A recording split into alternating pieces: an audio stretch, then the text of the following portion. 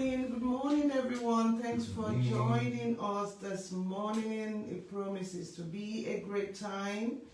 Thank you for joining us once again. If you're joining us on Zoom, joining us on Facebook, we welcome you to this beautiful event on a beautiful day, sunny here in England, or sunny here in the UK.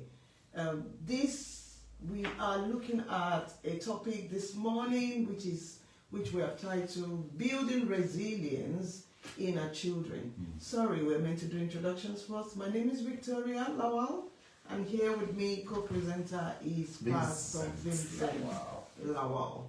This program is brought to you, this event is brought to you on the platform of Transformation Sanctuary International, a church based in the east of London. We hold our Bible teachings on Sundays, on Recording Thursdays, in progress. And we are focused on making ourselves more Christ-like. And we hold these events like this to empower people, share knowledge, which enable us to live victorious lives.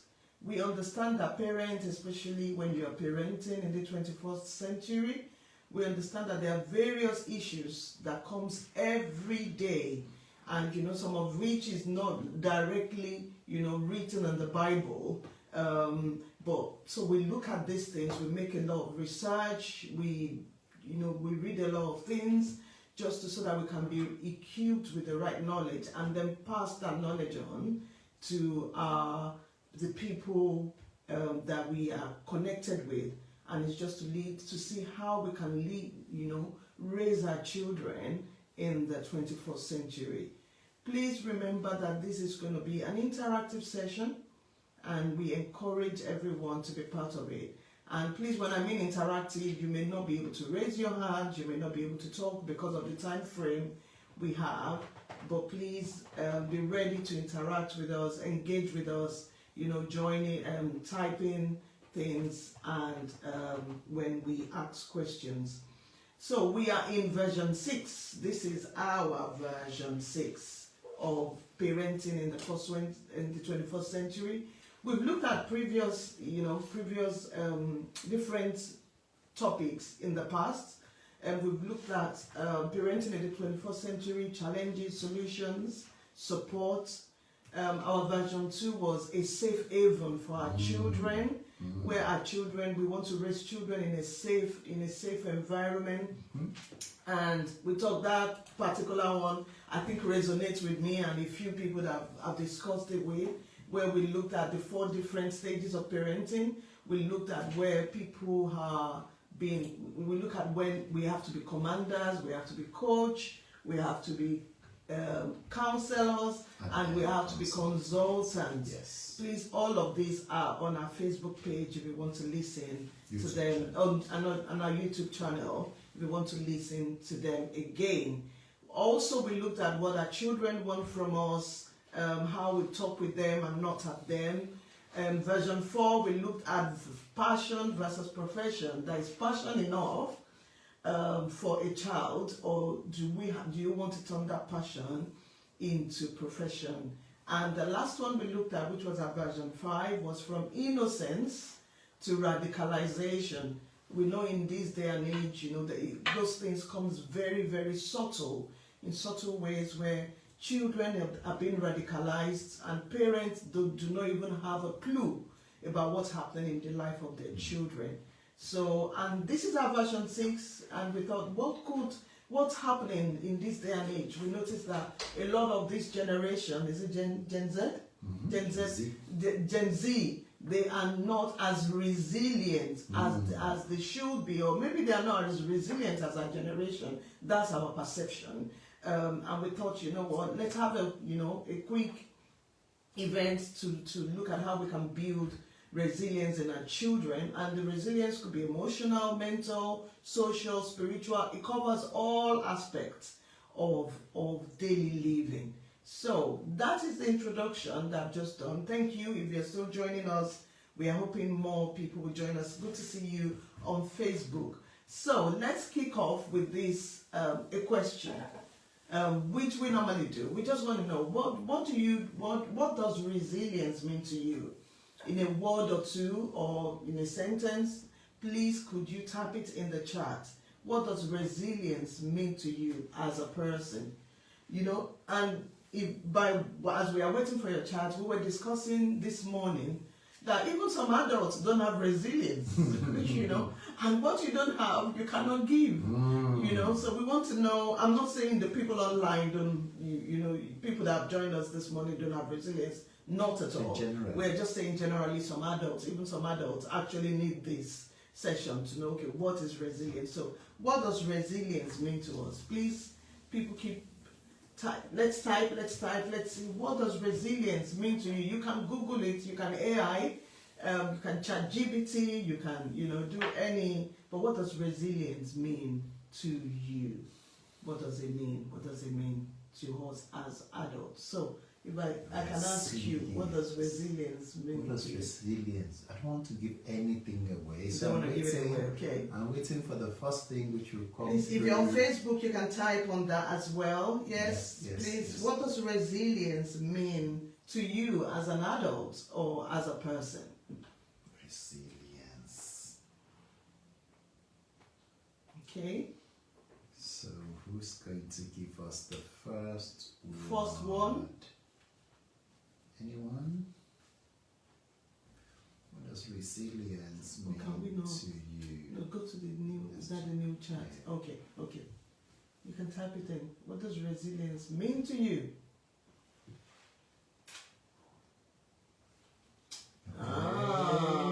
Okay, thank you, Rachel. It's there. So yeah, thank you. Adapt to street.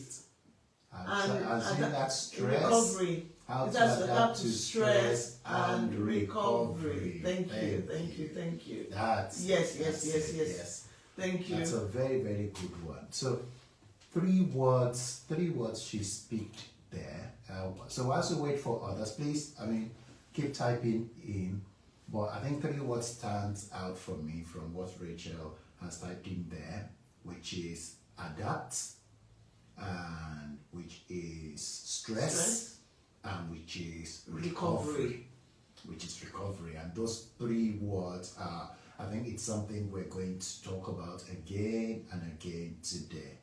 How to adapt, what stress is, especially amongst young people. Now remember, our focus today is on children and teenagers, but it also applies to virtually all of us. It's a life skill. Ability to get back up after a difficult period, or bouncing back to normal. That's another, thank you ma'am for that. That's another one great definition. So I think what are the key words for you there in the second one? Ability. It's the ability to get back. Yeah, after a difficult, of course there will always be difficult period. And she said bouncing back to normal. I don't know if you have been to those jumping, what is it called, the thing that children, I can't remember what it is. Yeah, trampoline. Yes. Yeah, when you go down, then that ability to bounce back. Yes, thank you, ma'am. Thank you. So ability is there.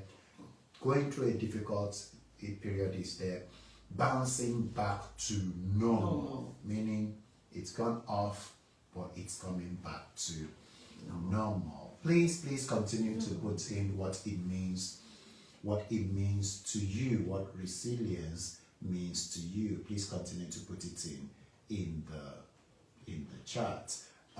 Okay, so now from our research, so we're going to talk about what we've noticed or what we've learned about resilience. I think from a teenagers' perspective, or young people's perspective, it's developing backbone and strength of character. And that's what we want for our young people. Developing backbone, ability to stand despite challenges, and strength of character. So when we see them recover from a setback, when we see them adapt, when we see them go through adversity, when they have emotional regulation, they're able to identify what their emotion is and regulate that. They're not going through panic attacks and anxiety and depression and all of that, despite the fact that they've just gone through a challenge. That is what it means to be resilient. And resilient children are more likely to manage stress, solve problems, and maintain healthy relationships. One of the scourge of our society, even amongst Christians today, is it's almost like we don't have a long-term ability for anything. People get into problems at work, they leave. People run into financial difficulties, they throw in the towel. People get into problems in their relationships, they leave, as if there's any relationship that doesn't get into problems. You know, resilience is that ability to emotionally regulate and continue despite adversity. And that's why we said this is not relevant only to young people and children, it's even relevant to us as adults. So resilience strengthens long-term mental health, and I think you're going to talk about that later, and leadership capacity. So we have it in the chat already, that it means bouncing back from adverse experiences. And what's an adverse experience? That's, you know, when you're talking about a lack of positive circumstance or an opportunity brought about by physical, mental, social deprivation or experience of trauma. So something bad has happened. How do you respond to that? I was saying to one of my mentees at work this week that experience is not what happens to you. Experience is how you respond, how you react to what has happened to you. The same situation can happen to all of us, but it is how we react that makes it our experience. And a resilient person will react in a way that they will learn from the experience, move on, use it to better their lives. Someone who is not resilient will struggle. So the goal isn't a hardship-free life. Isn't, oh, we want, I know that's something we do as parents. We want to protect our children. We don't want them to go through any hardship at all. We want to, you know, shield them. No wonder when they then leave us and they get into a relationship, they struggle. Because we have always protected them. We have always shielded them. And resilience is helping them develop that ability to stand by themselves. We do not necessarily raise our children the way we are raised. You know, that's why we need to learn these things. I'm not sure if my parents ever attended a resilience class. Maybe if they had done, maybe Vincent would have turned out better than this. I laugh myself. But really, I'm not sure if they attended a session like this. So, we need to create a support system around our children and teach them to be able to stand when they face challenges. Now, of course, we are pastors. So, either way, we're going to take a Christian perspective to this. We're going to take a biblical perspective on this. And two very, very simple scriptures which we all know. First one is James chapter 1. James chapter 1 verse 2 to 4, where it talks about count it an opportunity for great joy when you go through challenges. That is resilience. A person who is not resilient will see their problem as it's killing me, it's destroying me, it's taking life from me. But a person who is resilient will count it as an opportunity to learn and to develop and to get better. The second scripture, which is very, very popular, Philippians 4:13, it says, I can do all things through Christ who strengthens me. The believer has an inbuilt inner strength from Christ to face crisis. So that's why I often say in church, we can't react the way the world does. If people are jumping in front of the train, it can't cross our minds. Why? Because there's a fourth dimension to our life. Apart from spirit, body, and soul, there's a fourth dimension, which is the God factor, the Christ factor in us. And that makes all the difference. If we run into setbacks, if we experience failure, we can always bounce back. Now, there's another question there. Yeah. Actually, do you want to ask the question? Yeah. Can I just ask at this stage, do you know anyone in the Bible who you would consider resilient? Do you know anyone? Anyone in the Bible? Please put it in the chat. And for those of you on Facebook, please put it in the comment section. Is there anyone in the Bible who you would consider, oh, that guy went through a lot, but he bounced back. She bounced back. She didn't allow her problem define her. She came back. Do we know anybody? Please, let's put it in the chat. Who do you know in the Bible? If your child asks you, Mom, Dad, who do you know in the Bible who bounced back? We've been learning resilience in school. Who do you know in the Bible? Are you going to say, shut up and read your book? What's wrong with you? Go and read your Bible. Go and read your Bible. Go and find out yourself. You're always asking me to spoon feed you. You know how parents get away with money? You're always asking me to spoon feed you. Okay. Go and learn it yourself. Okay. Okay, we've seen two people come up with the same Job. Yes. That was a good one. Okay. Yeah, David.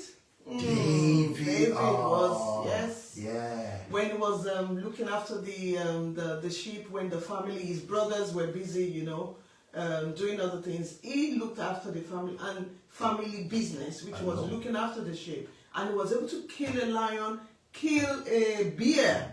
Yes, by himself. Yes, thank you, Joseph. Oh my God. Yeah. Yes. I mean, that guy. I was thinking this morning about the phrase, the cat with 9 lives. A cat can survive. They call it 9 lives because if a cat drops from a high point, it will land, it will move on. Chase a cat, it will fly, it will move on. It has 9 lives. That's where that phrase comes from. Ability to come back again and again and again and again. So Joseph.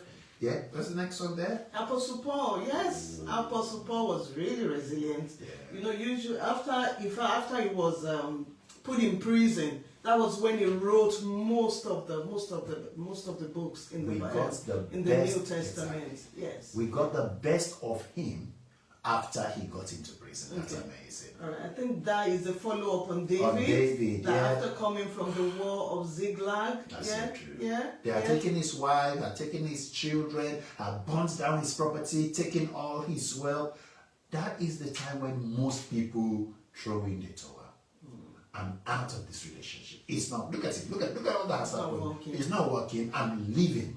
Or that's it. I can't continue with this. I'm going to throw myself in front of the train. But David bounced back. Yeah, and they mentioned Job as well. Thank you everyone. But the amazing thing about some of the people we've mentioned here, Joseph we mentioned, somebody I thought we were going to mention Daniel. Daniel was another one, Esther was another one. Correct. But one of the things you realize with these people, at least a few of them, Joseph, Daniel, even Esther, they were very young. They were young people. Daniel and his friends, Shadrach, Meshach, and Abednego, they were young people when they were taken into captivity. They were teenagers. Joseph was 17 when he was taken as a slave, when he was sold into slavery. So this thing is, is things we have seen in the Bible, what we have seen in our generation, in our lives, and that's what we need to teach to our children. And so we're moving on. Thank you everyone for your engagement. We're looking at why resilience matters. Why it matters. What's the purpose of it? Why does it matter? And statistics shows that 1 in 5 children and young people between the ages of 8 and 25, this statistics is for England, not the whole world, are now thought to have a mental health disorder. Wow. You know, most of the time, because, you know, mental health, they go through stress, and they don't know how to handle life challenges. Challenges will come. Challenges are there to shape us. Challenges are there to lead, you know, to mold us. He says, but one in 5, can you imagine? That's 20%. Yes, of all young people. Of young people are going through mental health disorder. Wow. You know, and some of them just, you know, I can't handle that. I can't. And another study shows also that people between 13 and 18, teenagers find greater resilience. They were able to develop coping strategies to deal with stress, including seeking support, seeking advice from others. And, you know, statistics show, or studies shows that these people, they do not dwell on negative emotions or turn to drugs or alcohol or smoking. That's why the alcohol, smoking, you know, vaping, things that can take their mind off that stress. That's why it's on the rise at the moment, you know. And we have another question, because like we said, we really want this to be engaging before we move into, you know, how can we help our young people? How can we deal with it? Can you please just put in the chat, what are the causes of stress among young people, or even adults? What are the causes of, what do you think, what causes stress? What causes stress in the lives of people? The first thing which came to mind, I thought latest trainers. Peer pressure, thank you. Peer pressure, and peer pressure is not just for even young people. Even some adults want to belong. You know, when sorry, before we go into that, there's this lady that is a skit. It's not skit maker. She Biola Adebayo. Content creator. And the lady, you know, she put on her page, she said, please, all my friends, bear with me, I cannot keep up with this what's the attire, you know, when they have to go for events and they have to keep buying different attires, you know, there's a name they call it in my language, but I can't call it, you know. And the person said, I cannot keep up with it. This uniform thing, I cannot afford it. It's not a lifestyle I can continue to afford. And she put it on her social media. Wow. That, you know, whoever does not want to invite her to their party, she's more than happy not to go. You know, stress, things that keep your peer pressure, social media. Yes, we will talk about that in a minute. I love about the parents. Parents are a cause of stress to young people. Amazing. Oh God, that's amazing. That will blow on TikTok. No, but really thinking about it. Well, there's some of the things that we're going to talk about today. That, you know, strict parents. When parents are too strict, when they are, you know, they do not allow their children to mix and mingle within boundaries. We're not saying, you know, just leave your children to run a-hole. No. But children, when parents are too strict, you know, parents can cause and some of the activities or actions of parents, knowingly or unknowingly, affect our children. Thank you. You can keep it coming. Yes, we know that peer pressure we've mentioned about. So there's some stress, things that can trigger stress among young people. And we've looked at, you know, different types. It could be academic pressure. Most of them face academic pressure, especially from parents that are perfectionists. We want our children to have the A's and the, you know, and if there's some of those children, sometimes they don't have the ability for it, and we keep pushing them. You know, some says, thank you, ma, financial worries. Current age. Lack of understanding of current age. That is so right. That's so true. You know, some parents, all they do is come in, sleep, and then they go to the next job, and they don't even know what's going on the world in the 21st century.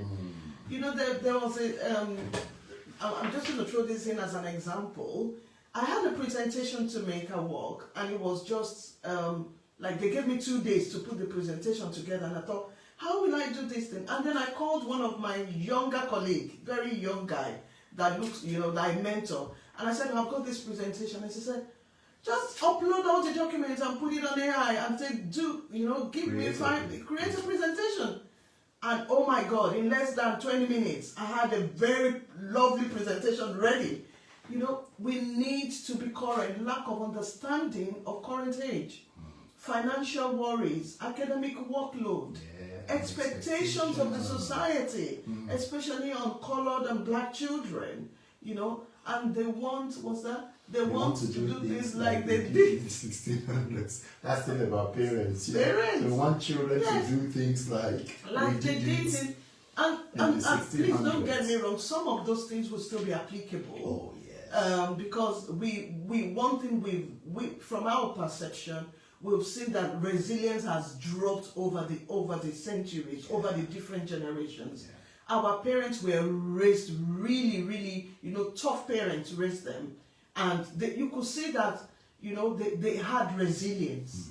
And even for our generation, I believe, this is my belief, like I said, I believe that we are more resilient than this younger generation. So thank you, everyone. Children face academic pressure, stress caused by exams, book. Some of them are like, I can't keep up with it, and some of them develop anxiety. And anxieties are, causes of being worried, tense, afraid, and sometimes it's things that is already happening or things which could take place. And they have stress. They start feeling that stress and anxiety. And it could be caused by different things, some of which we've mentioned, lots of changes happening at the same time. It could be ongoing family conflicts, that causes children, to feel stressed. It could be housing, when the parents are facing eviction, or when they keep moving from one home to another, one permanent address to another. Problems with money, like somebody put on financial problems, parents not being able to afford, things or afford bills or rent. It could be bereavement, they could experience a traumatic event. It could be that they've been assaulted or been in an accident. That could cause, worries. And then also, that could cause stress. And also, things happening in the world, wars, environment, different things, ongoing health problems, using recreational drugs, it could be alcohol, different things causes stress, as stress factors that can trigger stress. It could be physical, sexual, or emotional abuse. It could even be neglect.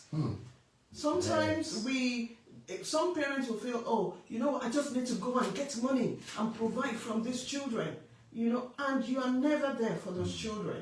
One of the things we always say on this platform is, when you are there, please make sure you are a present parent. You are not just there, sleeping, or you are there on your phone, or you are there, doing times to engage our children. It could be social comparison, peer pressure. Somebody mentioned peer pressure. And also, it could be a cause of stress for these young people, could be bullying. Bullying in school. Do you know if your child is being bullied in school? Do you know if they are being discriminated against? Do you know if they're being excluded? And as parents, we need to be aware of these things that causes stress, that will cause stress, and which will lead to mental disorder in our children. Thank you.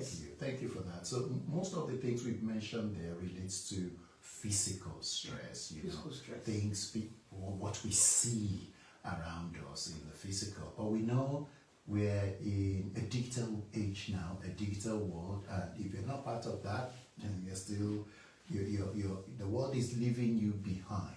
But with that opportunity which AI brings, which online social media brings, it also brings its challenges. And that also includes some of the things which causes stress to our young people.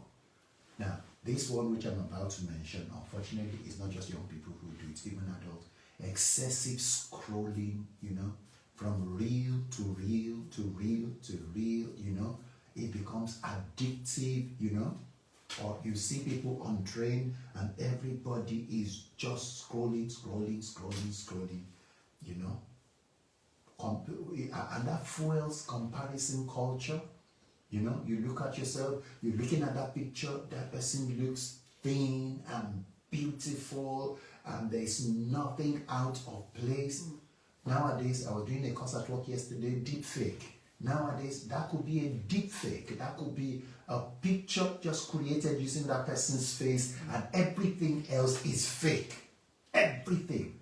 But the person who sees that thinks that is a human being, and then you begin to compare yourself to what you are seeing. And our young people do that. You know, this is how you look. I always say the follower following the follower. You know, followers are meant to follow leaders. But when our young people are young, they're not leaders yet. So you get a follower following the follower.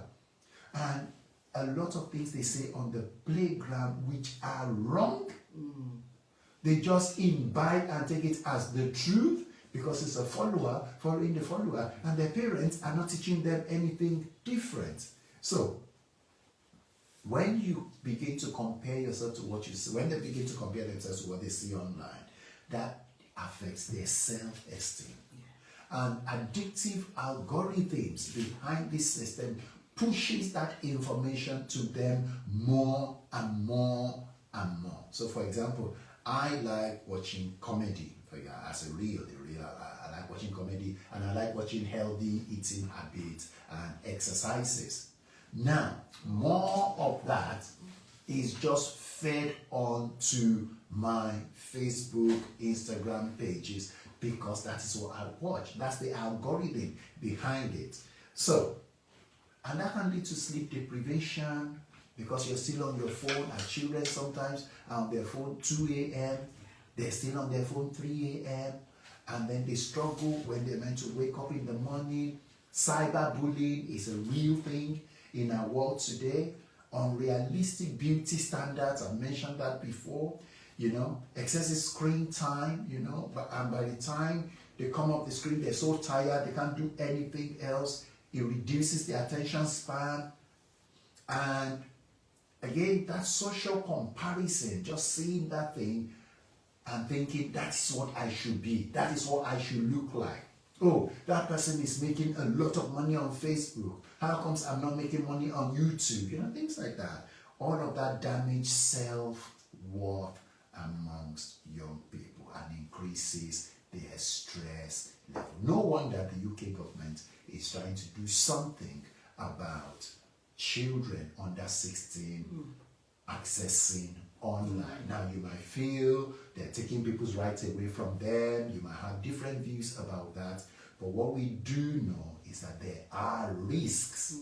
And some of you may remember the Adolescence movie, which is still winning awards still tomorrow, about that young person who learned online how to disparage and look down on girls. And because a girl said no to him when he asked her out for a date, he killed her. He literally stabbed her to death. Where did he gain all that information? Online. Thank you. And just to buttress that, you know, I don't know if you watched the news a few days ago where we had parents of every child, you know, they've lost a child. All the parents who has lost a child due to online gaming or online grooming and all that. They were at the Downing Street. I think it was on Tuesday or Wednesday. Yeah, they were more than 20, and they met with the Prime Minister, you know, to say you're encouraging him to put a limit on what children could access online, could have access to online. And you may think, oh, maybe they are taking their rights away and all of that, but God forbid is one of yours. You know, we pray that none of our children will be affected by such things that it takes their lives away. Those parents are in perpetual sorrow. You know, when they think perpetual pain, when they think of their lost, loved ones. So, there are risk. Pastor has mentioned, risk, that could children could be exposed to if they don't have resilience. So we have another question. If you're just joining us, please, this is an interactive session, and we encourage people, to put information on the chat. And thanks for everyone who's putting comments on Facebook. Thank you. Yes, we're picking them. Thank you. Yes, Limora mentioned Job. Expectations from different generations. Yeah, the way we did it when we're young is the way you should do it now. Or the child thinks, oh, the world is so different now, I'll do it my way. And the parent is like, it is not actually different. If we're being fair, you still need to do it the right way. So there's that conflict. And I think that happens with every generation. When we were young, we thought our parents were archaic. What? Seriously? You don't have a phone? Really? How did you cope? But looking at it now, with the phone and the online and the AI, it does seem like life was better then than now, because there was more connection. Social, human, physical connection than now, when people just connect with their phones and nobody else. We had that incident. When we went with our children for a holiday, and at some point, during the course of the holiday, there will be no access to Wi-Fi, and we will play games, we will do things together, and all of that. And once we get to a city, once there is Wi-Fi, everybody's on their phone. It just removes that social interaction. And if we're not careful, even in this day and age, some of our children, they lack social skills. They lack social skills because they are not exposed to people. Because most of the time they are behind, even if they are playing with their friends, they are playing the game or in their own room. And I pray God will help us, as parents, in Jesus' name. Amen. That thing you said is so important. Yeah. How do you relate to your partner, your spouse, if all your life, all you have done is spend time on the phone and you have not built social interaction, social skills? How do you relate at work? Not everyone will be a computer geek. You'd have to work with people, you'd have bosses, you'd have colleagues. How do you relate to them when you've not developed those social skills? Because all you've ever done is spend time on your phone. Yeah, remember that wedding we went to? We went to a wedding for these young people, and the couple, they're very young. Both of them at the reception, they both had phones in their hands, and turned away from each other. Everybody, I think the people there would have been more than 500. Yeah. Everybody was there to celebrate them. Yeah. And both of them, high table, both of them were on their phones and they were doing their thing. Or their wedding reception. Yeah. So if we're not careful, like Pastor said, it's our children will model their lives with what they see on social media. Yeah. So the more we teach them, the more they are able to deal with those things. So I said that we have another question, which is, what are the risks young people can experience if they are not resilient? I think we may have mentioned one or two earlier. But what are the risks? What do you think are the risks that young people can experience if they do not develop, or if resilience is not developed in them? Please put it in the comment section on Facebook. Facebook. On the chat. Let's see. Put it let's in the let's chat. do this together. Let's learn together. Let's learn together. What are the risks young people can experience if they're not resilient? Where do you think that can lead them if they are not resilient? Anyone? What do we think? Who's gonna go first? Is it go? What's that? What's that thing? First person go first, and then that's like an auction. Who is going first? Okay. What are the risks? What do we think they will be facing? If they are not resilient, young people. Going. Keep it coming. All right. Is it the internet that is slow? Okay.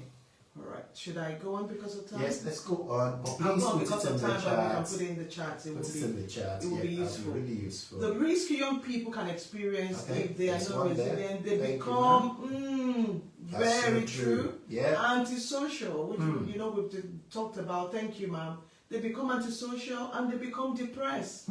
Depression is on the rise. Yes. It is so real.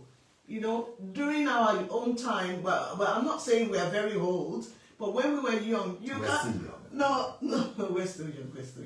When we were teenagers, when we were young adults, trust me, there was nothing like depression. We didn't know what depression was. Maybe it was some people had it, but for us, most of the time we didn't have phones. Most of the time we were out playing with our friends. We were out doing, different games, during school holidays. The community raised us. We were always out doing different things. So there was no room for depression because we didn't have that phone to keep us, to keep us in our different rooms. Yes. So because what you're saying there is actually those gadgets which we buy for our children can actually create a gap between them and us, and between them and other people, thereby leading to them not developing the right social skills. That's what you're saying. Yeah, absolutely. Yeah. Because we didn't have. Yeah. So we looked at some of the risk that young adults can experience if they're not resilient, and some of those risks is they have emotional dependence on external validation. They always want to be validated by people on social media, and sometimes I see adults, they'll put on there, oh, it's my birthday today, please celebrate me. I'm not saying that is wrong, but I'm just saying that, why would you want people to validate you? So when people do not have resilience, you can see they always want external validation. And some of this external validation may be in schools by wrong people. They keep, following these people that, unless they are validated, they don't feel their self-worth. Unless they are validated, they feel they are worthless. So those are the risks if they are not resilient. Poor coping skills during setbacks. We will all experience setbacks. As young people, as adults, even children, we will all experience setbacks. But they will have poor coping skills, which we said earlier may lead to depression and lead to mental health. Higher vulnerability of anxiety, depression, addictions. Those are the risks that young people can go through. Addictions, yes, addictions. Low confidence and fear of failure. Low confidence when they feel, you know what, I don't have confidence. In church, for the past few weeks, Pastor has been teaching us about courage, confidence, how to be confident, determination, how to push on, some of our young people, they lack self-confidence, they have low self-esteem. Those are the risks. Difficulty handling criticism or disappointment. Whenever there is a disappointment, they just want to leave. Oh, no, this is not working, Mom. That is not working, Dad. I'm just going to leave. Are you going to keep leaving every time? Every time things doesn't work out. Difficulty. Some of them don't like to, they cannot undo criticism. Oh, why are you saying that? Oh, I'm going to commit suicide. Wow. And these are the things these are the risks if we don't develop resilience in our children. And I'm going to hand over to you on how. So we've talked about the what. We've talked about, what happens. We've talked about how. We've talked about why people do not develop resilience. We've talked about the risk of not developing resilience. And now we'll go to how, which is the crux of this meeting. Session. Thank you. So how then? Oftentimes you hear the what, what something is about. You hear the why it's important. We've done that. But often, crucially, it is down to the how. How is it done? And that's why we feel it's important that we talk about how we build resilience. If lack of resilience can lead to our children becoming antisocial, if it can lead them to becoming depressed, then the question is how, and thanks for everyone joining us, the question is how do we build resilience in our young people? Now, I'm going to give like a summary and then we then dive into it in more detail. So building resilience in young people involves equipping them with emotional regulation skills. Yeah? Equipping them with emotional regulation skills. How do they regulate their emotions? I remember my youngest son, when he was very, very young, he was about 3, 4. We saw that he had this rage, like when he gets angry, he wants to, throw things around and all of that. And God helped us then at that age to get it out of his system, like a virus, Not acceptable. like get it out. We didn't say, oh, that's the way he behaves. When he's angry, that's the way he does, He's too young to He's too understand. young to understand. No. There and then. We laid hands, we poured oil, we counseled, we disciplined, we did everything, incentives to get it out of his system. And now, he stopped very shortly afterwards. So equipping them with emotional regulation skills. When they're happy, emotionally regulated. When they're sad, emotionally regulated. They're always in charge. So that's one in building resilience. Sorry, there was one you're always telling that you have control over your emotions. I always say to my children, you may have not have control over anything else in life, but when it comes to your emotion and your mind, you have control. You never say, I did that because I was angry. No. You've got control. You can choose to be angry. You can choose not to be angry. You can choose to destroy things. You can choose not to destroy things. You can never say to me, oh no, it's because I get this rage. You allowed it. You can regulate it. You cannot get that rage as you grow in life. And then, of course, problem-solving ability. Ability to look at a situation like, okay, this has not worked out the way I expected. What do I need to do differently? I think, like my wife said, we've been talking about confidence, courage. One of the things we spoke about was having a growth mindset rather than a fixed mindset. A growth mindset is one which learns from situations. Whatever happens, what can I learn from it? How can I get better? A fixed mindset is, this is me. I'm never good at English. I'm never good at maths. I'm never good at talking to people. I'm never good at doing anything. This is my life. That's a fixed mindset. And people with fixed mindset often are not emotionally resilient. They're not resilient because they've not learned that ability to bounce back. And of course, the third one, which is as important, emotional regulation, problem-solving abilities, having a strong support network. Resilience starts from the home. Yeah. And we're going to get to that in a minute. So resilience empowers them to navigate challenges, adapt to adversity, learn from mistakes rather than being overwhelmed by them. So let's ask a question then here, which is, how can we build resilience in our young people? What do you think we need? What practical steps we can take to build resilience in our young people, in our children, in our teenagers? What do we need to do? What can we do to help them build resilience? Remember how we defined resilience at the start?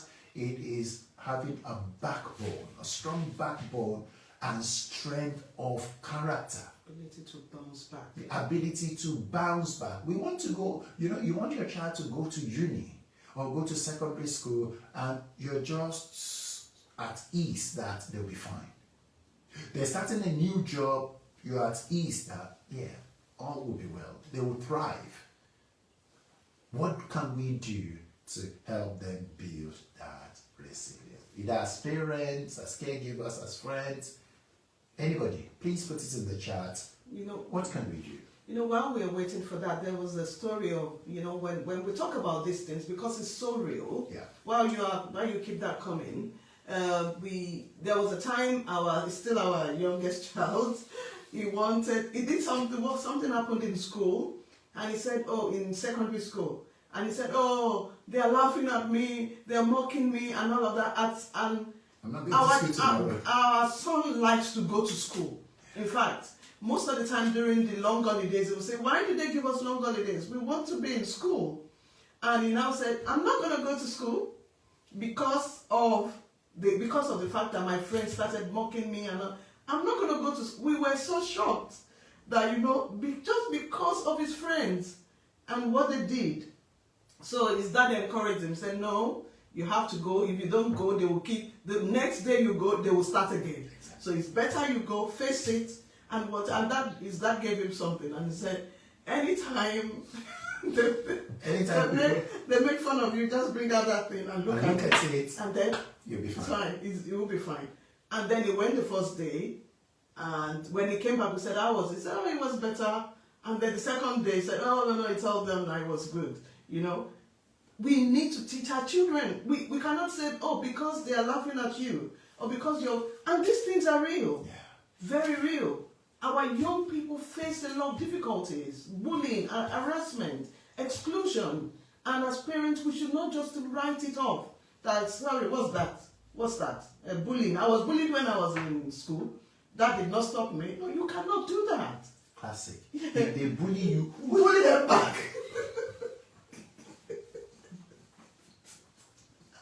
Oh my God, we cannot, the way we were able to navigate it. We need to teach these children. No, you have to keep going back. You have to face it. One of the things we will talk about, in a few minutes, is that we don't take the pain away from them. No, we encourage them, we equip them, give them the skills to overcome that scenario or challenge. Okay. So, bully them back. Bully them back. Okay. You are not my son. If you were truly my son, somebody will bully you. Oh, no. So the boy is traumatized in school, and then he's traumatized at home. You are not my son. Because if you are my son, you won't do that. Okay. So let's begin to look at the how then, how we do this. Sorry, I'm just admitting people. So one of the key stressors for children, which we put in the chat, was the fact that something about dysfunction, stress from dysfunctional families. So this is foundational. This is where it starts from. Building resilience in our children, in our young people, starts with us, the parents, the caregivers. We must model calmness. We must show them how we handle challenges. If we are flailing as if we are drowning, it has happened again. Look at my life. They are watching us. And guess what? They're sucking it in without question, seeing that as how you respond to adversity. So we must model calmness, model integrity. Who is at the door? Tell them I'm sleeping. And you're not sleeping. Integrity, model perseverance. Teach children to name and process emotions. We'll get to that. So we must model calmness when it comes to our children. We must practice active listening and empathy. Listening before advising. If only we talk less, sometimes as parents, we will win our children more. Oftentimes we think it's all the advice we give to them that changes their world. Oftentimes it's not. It's that ability to allow them express themselves, come out with what is on the inside of them. Sometimes they start a sentence, just the first sentence, and then we just go into advice and threats and everything all muddled up together. Practice active listening and empathy. Some of us some people have empathy for other people, but we don't have for our children. We have empathy. Somebody else's children, something happened to them. Oh, sorry, my darling. Come give big auntie a hug. But that same thing happens to our children. Why did it happen to you? How dare you make mistake? How dare you do that? You know? And what that leads to is a disconnected attachment. What we need is secure attachment and loving relationships. Our children must know that they are accepted and loved unconditionally in their home. When that is there, nobody can offer them anything outside. You know? How about consistent boundaries and routine? Children thrive when rules are clear and fair. You have to be fair. You have to be fair. So they have to be clear and fair. I need to emphasize that word, fair, because sometimes our rules are not fair. And then when rules are clear and fair, it creates emotional safety and then open communication. We have to give our children the opportunity to try, fail, learn, and try again. Yeah. Try, fail, learn, and try again. Try, fail, learn, and try again. And I think you talk about the role of the spiritual. When I was growing up, you know, mistake was a taboo in my family. Yeah. You dare make mistake. How? What are you thinking? What were you thinking? How did you make the mistake? Now, to be fair, there was a positive side to that, because now, before, I make fewer mistakes now because you really have to think it through because of how that was ingrained into our minds. But also, that was a form of abuse. That's a child, you cannot make mistakes. We must learn to normalize mistake as part of growth. We make mistakes and we continue. And failure as part of growth. We have to teach balance between excellence and rest. Go for it. Be the best that you can be. But learn also to step back. Learn to reflect. Learn to look at what you've done and what you can learn from it. And most importantly, our children must learn that their setbacks do not define their identity or their future. Look at you. You did not pass 11 plus. That's it. You're going to end up in McDonald's. There's a skit like that, yeah. Isn't it? You didn't pass your exam, you will end up in McDonald's. You end up in McDonald's, you know. That is your future. Gone. That's it. I told you, study. You did not study. You're playing. Look at you now. You end up in McDonald's. No. We must teach our children that setbacks do not define their identity. Failure does not equate them. Yeah. Failure is an experience. It's an event, but they must learn from it. Neither does it mean that their future is gone. Because they did. How many of us did 11 plus? And our future is still good. Right. Okay. I'm going to hand over to you. Yes. Thank you, Tosin. It says that's so bad, and also teaches them to look down on people. Yeah. It's very true. Because when people make mistakes, there are some children that think, why would you make mistake? Why? It's not acceptable in our home. And even talking about just being, that when we were growing up, mistake was a taboo in our homes. If you break a plate, oh my God, in my home, in my house then, with my mom, oh my God. Just ordinary plates, or you break a glass, a glass cup, oh my God. You would have, all will break loose. Yeah. We were raised in but like Pastor said, it has its pros and cons. because it taught us to be careful, very and it taught good. us to be fearful. Yeah. Yeah. So like that. yeah, the fear Fearful of God was and instilled fearful. in us. But with our children, we allow them. We're not saying that they should keep breaking plates. We're just saying be careful next time. Lessons learned apply even at our workplaces. We apply lessons learned on every new thing we start. So let's learn to, take failure as that child. That child is not a failure. It's the event that is the failure. Yes. And from that failure, what can you learn from it? Albert Einstein. Is it Albert Einstein? Isaac Newton. Who did it Again and again, 990 something times. And when they asked that, oh, you failed 997 times, he said, no, I learned how to do it better. Yeah. 997 times. Yeah. So let failure or successes, it could be successes, let it not define, let us not define our children with that. Thank you, Pastor. Yeah. Some of the things that and I'll mention this, we said teach balance between excellence and rest. One of the taboo in my house when I was growing up was rest. Rest was seen as a sin in my family. Even when we are on school holidays, once my father is ready to go to work at 6 a.m., we are all up by 5:30. You need to be up and alert by 5:30, And my dad will say, oh, I'm the one working for you all, so you all need to be there when I'm leaving. That was an abuse, Teach balance between excellence. We want our children to be excellent, but they should rest. Remember, God rested on the seventh day. Yeah. So our model is God.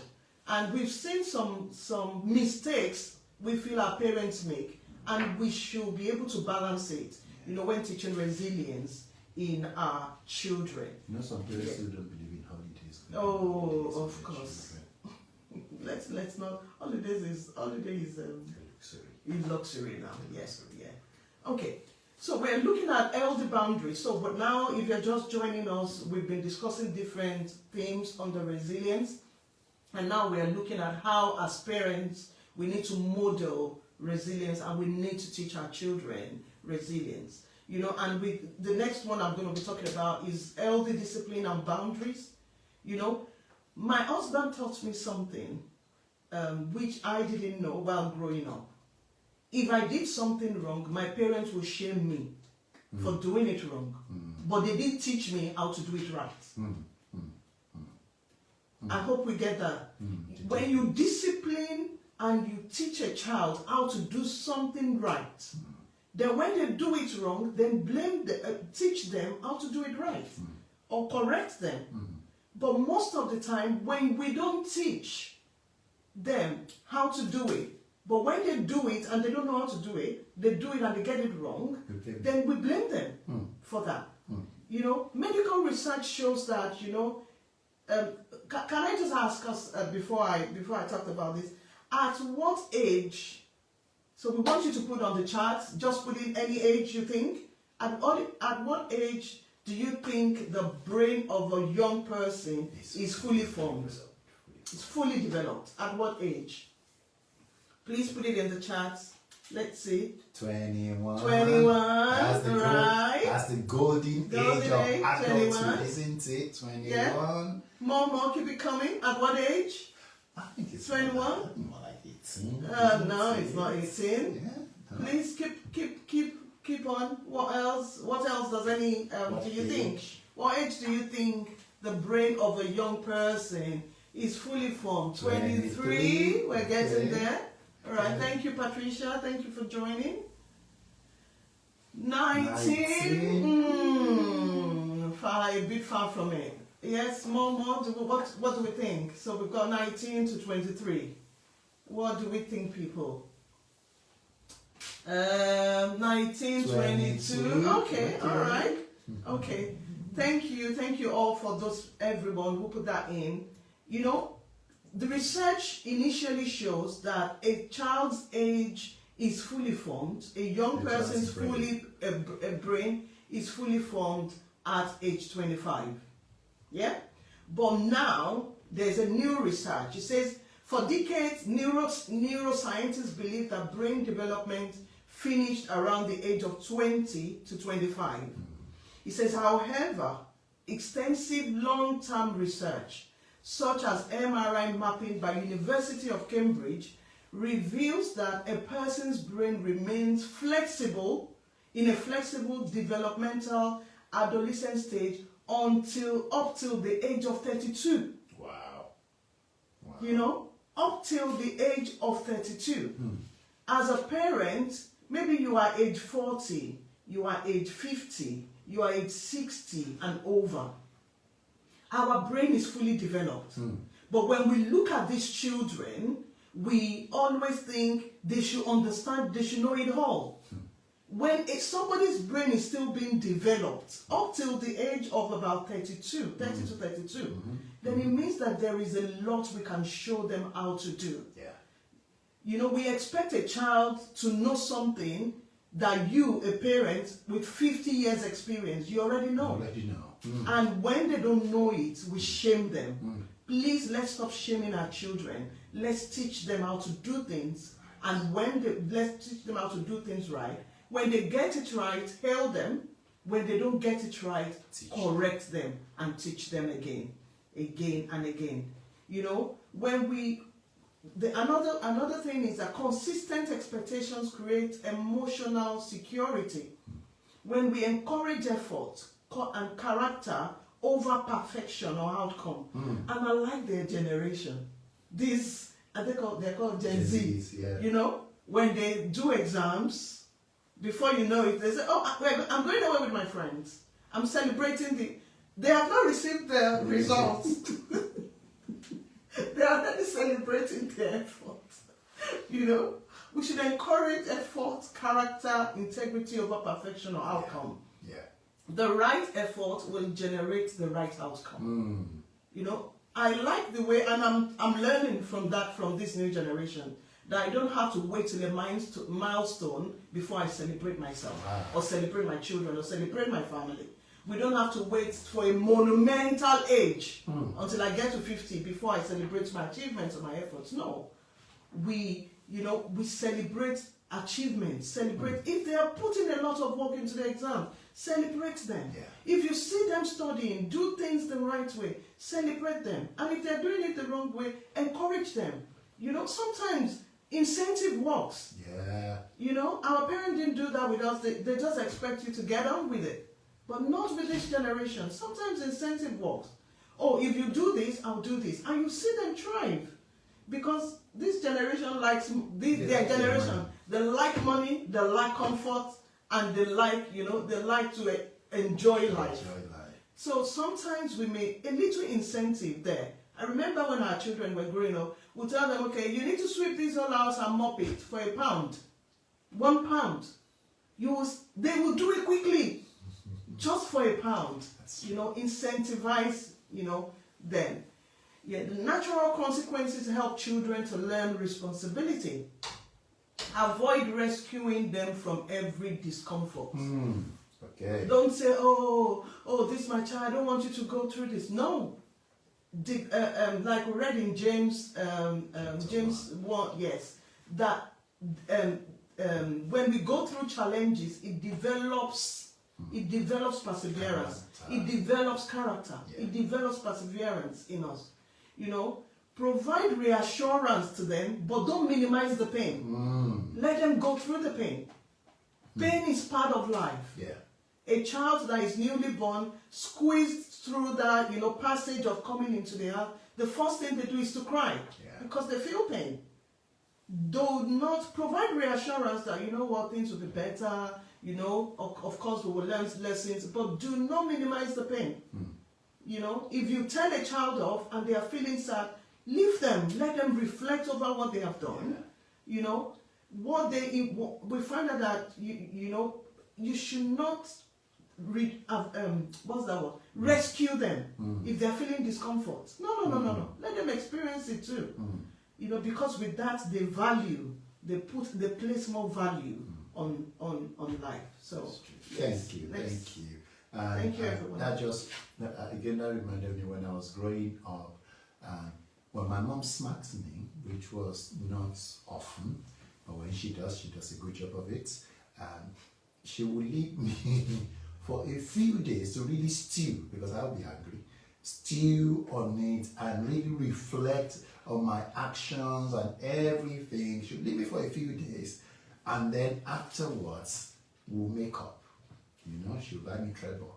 You know, that was her Treble sweet. Treble sweet, you know.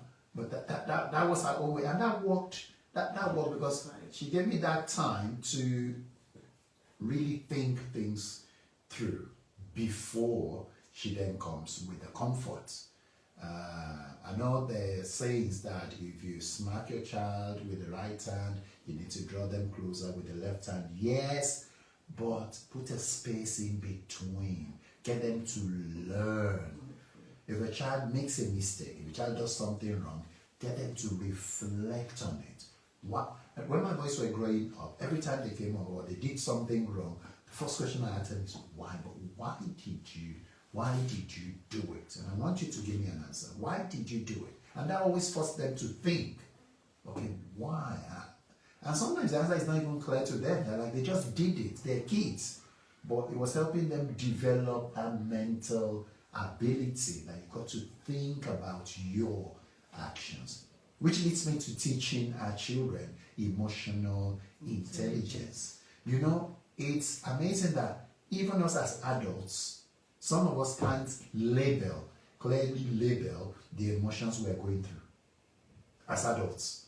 Like you are feeling something, you are feeling angry, you are feeling bitter, you are feeling rage, you are feeling sad, and yet you can't say, this is how I am feeling and this is why I am feeling that.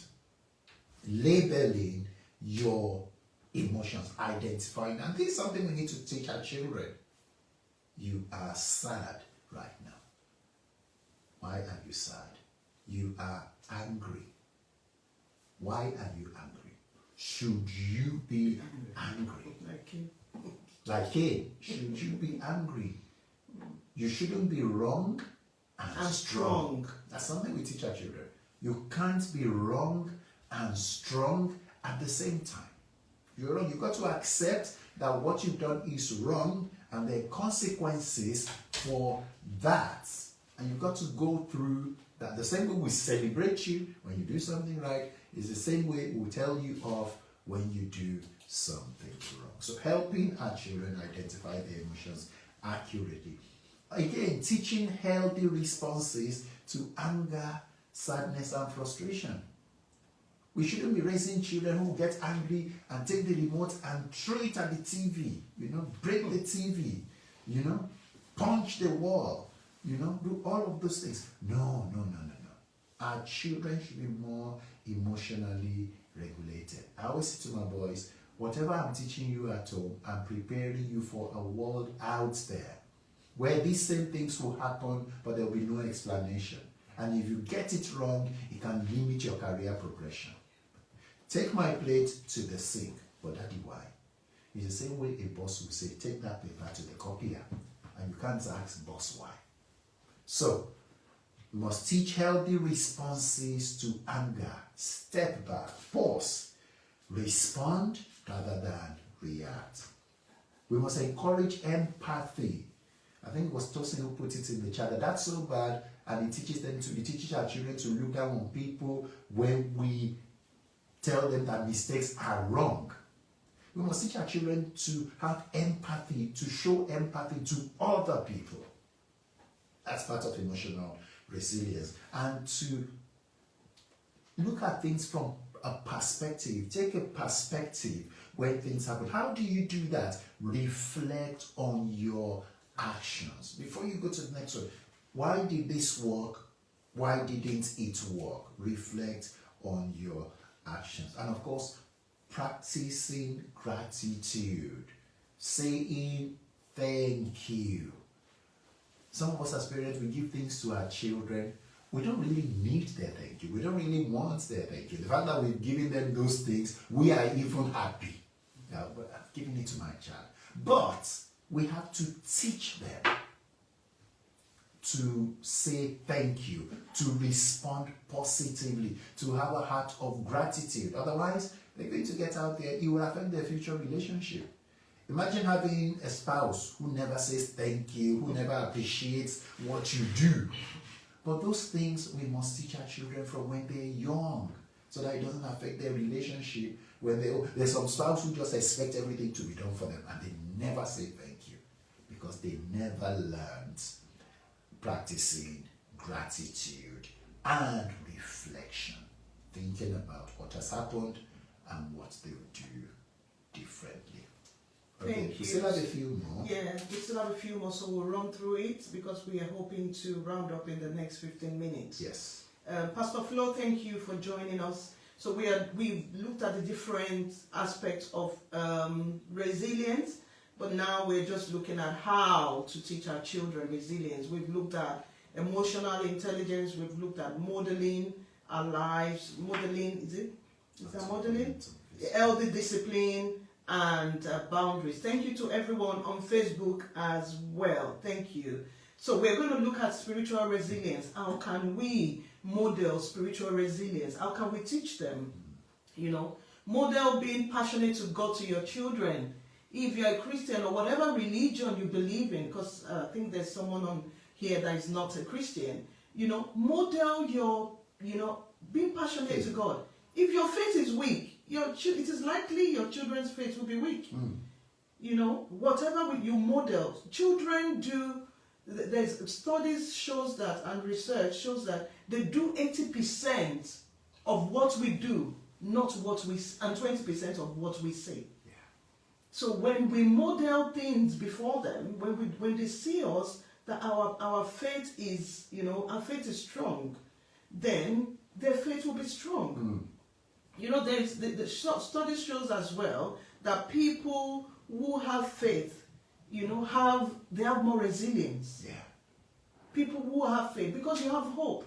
You won't see a child who has hope, who knows, I can pray to God. You don't see them jumping in front of the train when something goes wrong. No, you don't see them saying, I'm committing suicide. So faith can anchor our children through uncertainty and suffering. Yeah. When my children, when they are writing exams, I ask them, have you prayed? Yes, we are praying for you, but have you prayed? Yeah. Remember, we're just going to bring this biblical aspect into it. When Agar was sent away, Agar was Abraham's concubine. When Agar was sent away with Ishmael into the wilderness, the Bible says that Agar was crying. They didn't say anything about the child, but it now says that God listened to the voice of the lad. So no matter how young our children are, God listens to them. Amen. Teach your children to pray. Anchor their faith let their faith be when it comes to suffering. The research shows that people with faith have more resilience. Teach them about faith. Don't just leave them to find it themselves. Teach them. All we are saying today is teach, and teach them. Having a timely time of prayer, worship, scripture, going to church, going to, whatever faith you embrace, when you embrace faith, it teaches the children to be resilient. Yet, they can trust God during the time of challenges. We have mentioned that God heard the voice of the lad. I tell my children, God knows your voice. We are all children of God. Nobody is a grandchild to God. Nobody is a great-grandchild. We are all sons of God. So if you need to pray to God yourself so that God can hear because God hears your voice. Help our children to connect to identity, Christianity, faith, identity, and purpose and values.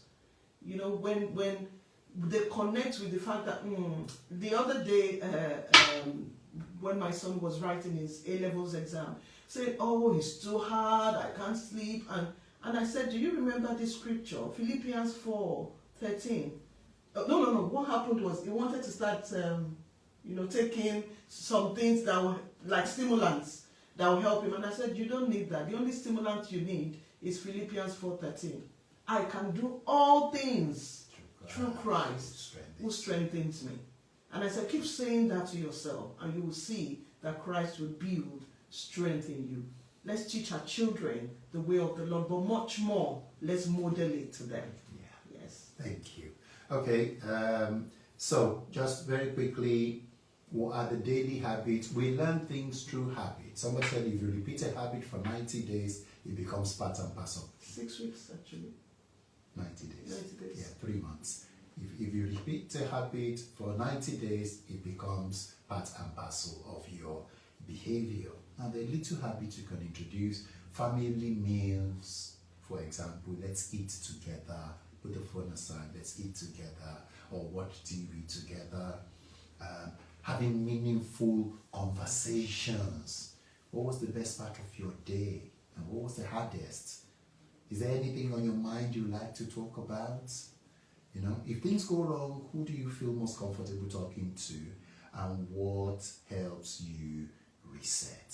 I remember our children, when they were young, they would always squirm when we say, okay, we're having family meeting. We're going to have a family meeting now. And at that family meeting, everybody will say whatever is on their mind.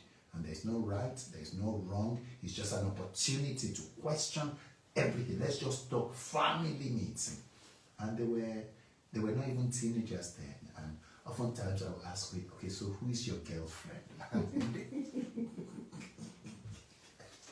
And then they would turn, they would blush, they would turn red, like, Dad, seriously? I'm like, we said we could ask any question, we could, you know, and all that. So, create that time, have meaningful conversation. You know, regular routines, create regular routines for sleep, for nutrition, for exercise. By this time, we should all be sleeping. This is the time we meet to pray together. Exercise, nutrition. Show them, help them eat healthy because you are eating healthy too. Writing things down, journaling. I've talked about gratitude, I've talked about reflection. Encouraging responsibilities appropriate to age, responsibilities. We said before, we incentivize our children a lot, but that is in anything they're doing to gain knowledge. But if it is house chores, which we know they need to do for life, we don't incentivize them for that. If you're learning knowledge, there was a time our children were reading and they knew when they finished a book, they get paid for it. So we incentivize them for that, but not for, like I said, house chores and things like that. Reading stories of courage and perseverance. We must continue to tell them about the stories of Joseph, of Daniel, of Samuel, who stayed straight, who stayed holy, even though he was living in the midst of compromise. All of these things we need to turn into daily habits, things they can do appropriate to their age, because that would help them in life. Thank you, Pastor. You know, one other thing that you just mentioned, which is the journaling. Sometimes when journaling or even writing things down, you know, sometimes when they have a task to do and it's all in their head, sometimes it makes it it feels like there is a lot to do, and it becomes stress. People can become easily stressed with it. Get a note, write to-do list today. It may not be, we still use it as adults. Teach them that. Write things down. Sometimes I use a lot on once I remember something, I put it on my phone. Once I remember something, I put it on notes on my phone. If I need to do this, I just put it. It frees up your mind. That's true. It makes you less stressed. Teach them to do these things. So how do we mitigate risk? We monitor their online behavior and friendships. You know, anytime my children are going out with their friend, I say, who are you with? And most of those friends, or some of the friends, I will get their numbers. So just the other day, my son was going out, and he said, oh, Mom, why do you always need number for my friends? I said, just in case I can't get hold of you, at least I can reach one of your friends you are going out with. You know, monitor online behavior. And their parents also. Yes, and even their parents. I know. Thankfully, thank you, Joe, for joining today. One of my son's friend's parent is online this morning. So we need to monitor their online behavior and friendship wisely. We need to teach them critical thinking. We know we are in a world of technology, Yeah. but still, we still need to think about critical thinking. Yeah. You can ask your son or your daughter, can you think of a time you overcame a challenge? What worked well? What didn't work? How how will you be able to handle a situation? What do you think can help you? If you are faced with the same challenge again, what would you do differently? That is critical. And then when we take something big, a big problem, a big task, a big project, when we break it into smaller, manageable steps, it's easier for them to be able to follow. And also, let's look for early intervention when they're having emotional struggles. When you can see that that child is no longer interacting as they are before. When you can see signs of maybe, stress, anxiety leading to mental health, let's seek early intervention. Don't wait till that child's luck. One lady called me and they said, there's a friend that the girl just came back from uni, locked herself in the room, pulled the curtains and closed her doors. I would not even want to speak to her parents for months. This is real. Mental health is real. Stress is real. Anxiety is real. Once we start noticing signs of withdrawals, let's begin to find early intervention. And it could be through even, professional support for our children. We've mentioned about maintaining strong family, faith-based support systems as well. Seek counseling when you think you need. Speak to your friends, people who have the same values. I'm not saying friends that will mock you and say, your child is going through mental health. No, I'm not talking about that. Seek professional help. Speak to people who you know can provide help for you. I do just on that we should not live in denial. And we should not encourage a faith which is not faith, but which is just prolonging pain in our children. Oh no, he'll snap out of it. It's okay. It's okay. No, my child cannot have mental health. It is impossible. It is impossible. It is not my portion. Leave portion out of it. Reach out to the child. As you pray, seek help also. Seek support, which will bring that child out of that situation. Remember, you can exercise faith for yourself whilst you are helping that child. But just don't leave them in the position they're in. Okay, so as we round up this morning, or this afternoon now, how would you know then if your child is developing resilience? What are the signs you will see in them which will make you think, oh, okay, maturity is here, it's developing. You're not going to see it all in a day. It's a lifetime thing. But what are the signs we're going to see? I'll quickly talk about them. Number one, when you see how they're able to recover after a disappointment. Something didn't work out, but they're like, I'll try again. I'll go for it. Okay, yeah, I could have done better. I didn't study enough, or I didn't prepare enough. I should have spent more time preparing for that interview, but I didn't, so that's why. I know what to do next time. That's a sign that they're building resilience. When you see improved emotional regulation, you can see that yes, they're not happy, but they're not throwing tantrums. They're not having panic attacks. They're not depressed. They know what has happened, they know why, and they're working on it. If they're adopting a healthy problem-solving approach and adaptability, if they're flexible, okay, if that didn't work that way, I will try it this way. If I've done it this way, how would I do it differently next time? I'll try it that way. That is a sign that they're growing in their resilience. When you begin to see confidence balanced with humility, we're not talking about arrogance here. We're talking about confidence that yes, I can face my exams. I will put in the effort so I can get a great result. When you start seeing that in them, balanced with humility, like I said, not arrogance. And when they are hopeful despite their challenges, when they are hopeful that no, I'll go again, I'll do it again, I'll try again, then you know that resilience is being built in them. So resilience is not toughness alone. It's not just about being tough.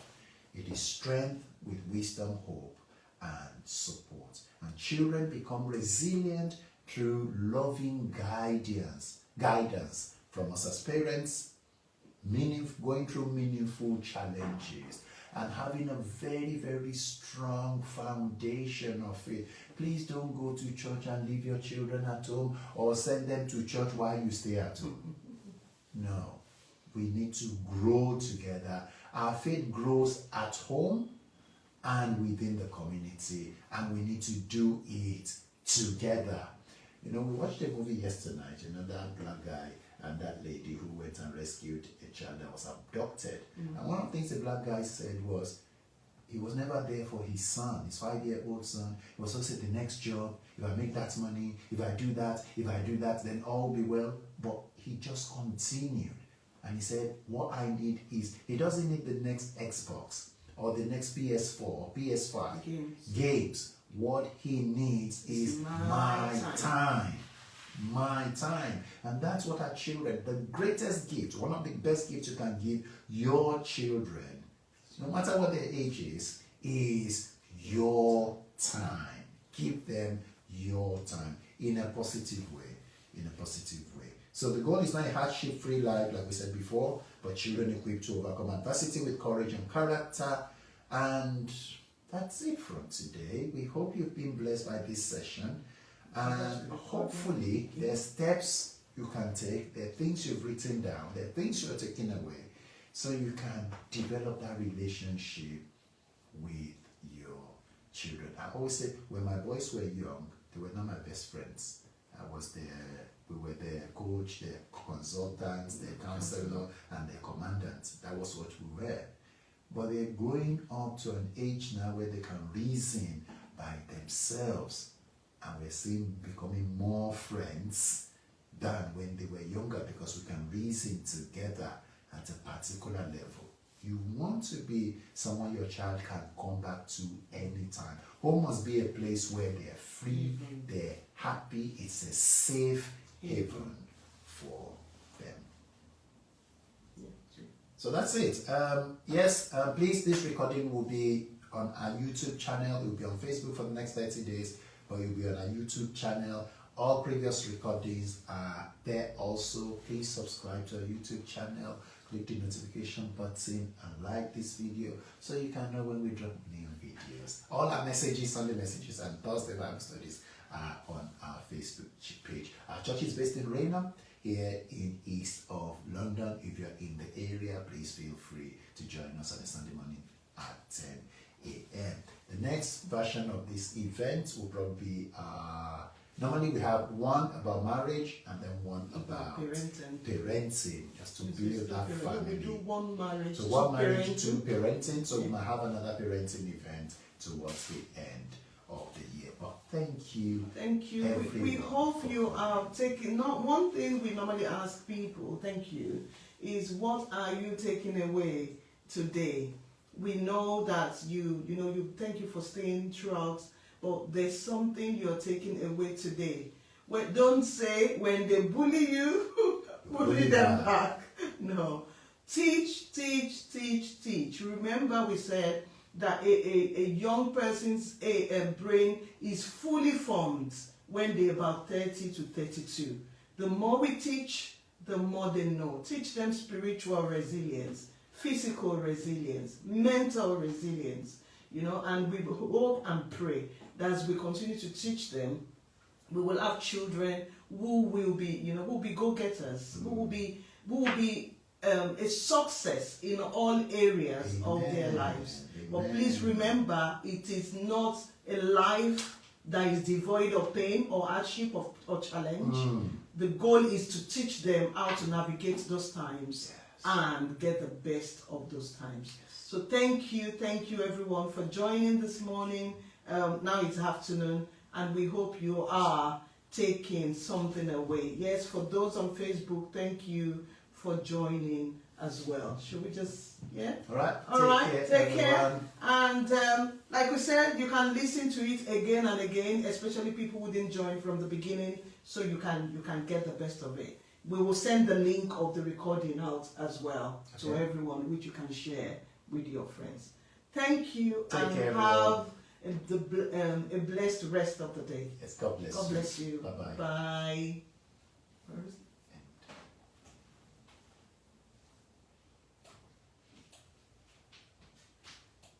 Recording stop.